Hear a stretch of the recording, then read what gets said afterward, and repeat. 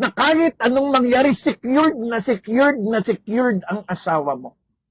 Take note, love is not about what we receive, but love is what we are willing to give.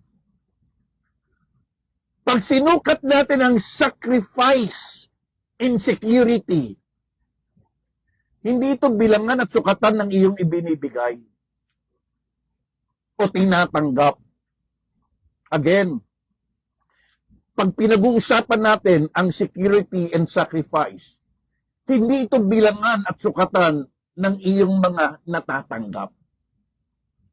Ang security and sacrifice, ano yung binibigay mo?